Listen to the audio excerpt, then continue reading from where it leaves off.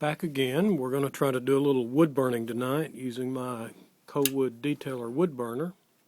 It's got a replaceable tip pin that you can replace the different tips on there. And it's got an adjustable rheostat that you can use to adjust the temperature, on-off switch and stuff. Gives you a lot more control, a lot better tips than the type of tips that you get with a fixed wood burner, fixed temperature wood burner like you get at Hobby Lobby and places like that. So we're going to use this to add some details. And again, I'm practicing on the piece of wood that we used as our practice piece. I've already did a few extra pieces there and was able to get some finer points and stuff in there. So now we've got it focused a little bit. You can see the type of tip we've got. It's been bent so that it'll allow you to write flatly with it like that in a natural position. Has the advantage in that you can use the sides of it there to burn nice little edges and stuff, or you can use it flat as a shading tool. So we'll just get started and do a little bit on this one for you. So, like other paint finishes, it's better to do things in layers. So, to do multiple passes to get the darker color. And so we'll do a little bit on this. And it really helps to have your wood sanded so that you can do a nice smooth shading in there. You can use normal shading techniques like scribbling, pointillism, little dots and stuff closer together, different things like that, to shade wood just like you would a regular drawing. So if you're familiar with those terms from doing other types of drawings, it's something you can apply to your woodworking or your wood carvings to do some of the different shading and gradations and stuff that you do. So I really like the sepia tones that you get here, and you do multiple passes to darken it up and finally achieve the blackest black that you want to have. If you mess up, you can also carve it off with a knife or scrape it off. That's generally a better process than sanding it off. But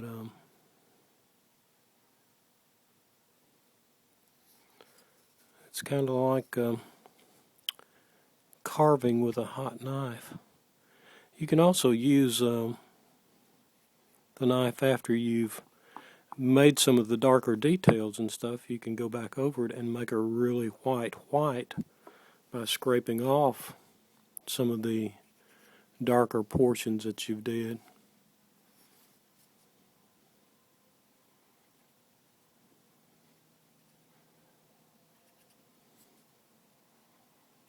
But you can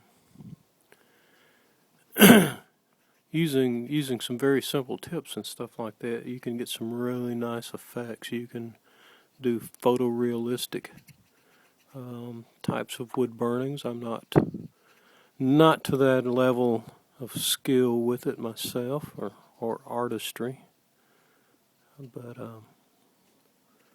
I've seen some really nice stuff.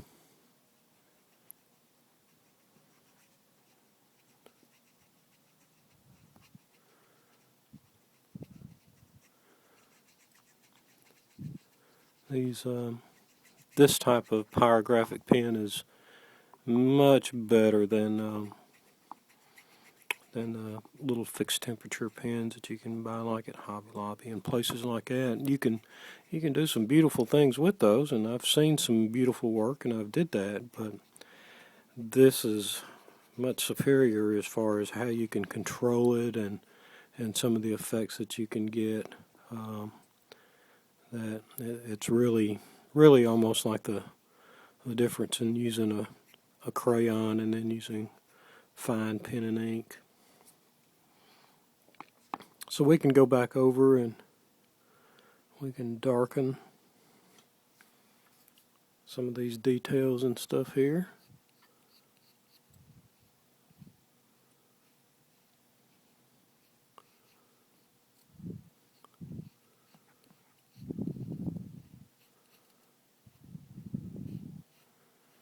And you can really achieve some pretty realistic leafy looks. You can darken certain areas. You can use the edge.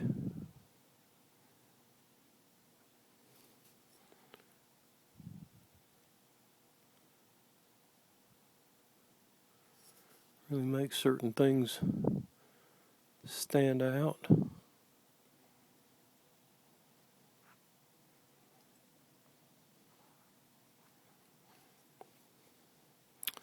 Razor Tip makes some fine pyrographic pens. Coalwood, Master Carver makes some. Nibs Burner. There's a lot of them out there, and I really like some of the effects that I can achieve with my carvings. I'm just using the edge, the side of it, to actually burn and create a little bit of shadow underneath the edge of the leaf. That really makes it stand out from the background of the cane. And if I get something a little too dark or a little too wide, I can scrape that off with a knife. But you can see the effect that you're going for there. You can also use this and draw in different veins.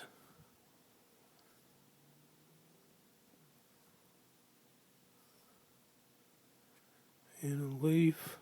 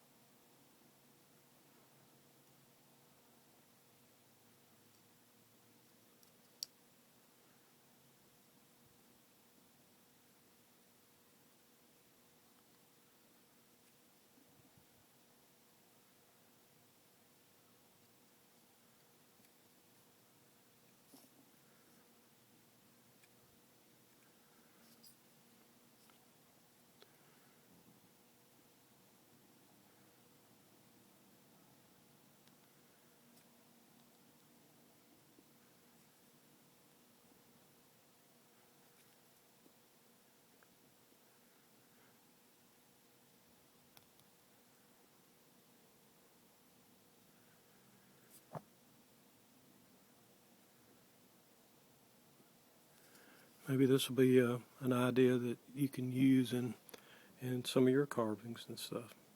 But basically you can see how it stands out from the rest of the wood. You can see the detail and stuff that you get. Very useful little technique. Thanks for looking.